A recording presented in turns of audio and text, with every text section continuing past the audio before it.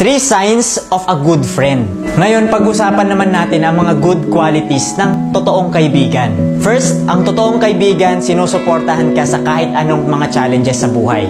Kahit anong mga pinagdadaanan mo ngayon, sinusuportahan ka niya and alam mo sa sarili mo na mag-succeed or mag-fail ka man, nandyan siya parati sa likod mo and hindi ka niya iiwanan. Second is, ang totoong kaibigan, nakikinig siya sa'yo. Ready siya parati na makinig sa mga suggestions mo and sa mga ino-open up mo sa kanya. Personal man yan or hindi. Pinaparamdam niya sa'yo na ang friendship nyo is a safe place for you to open up.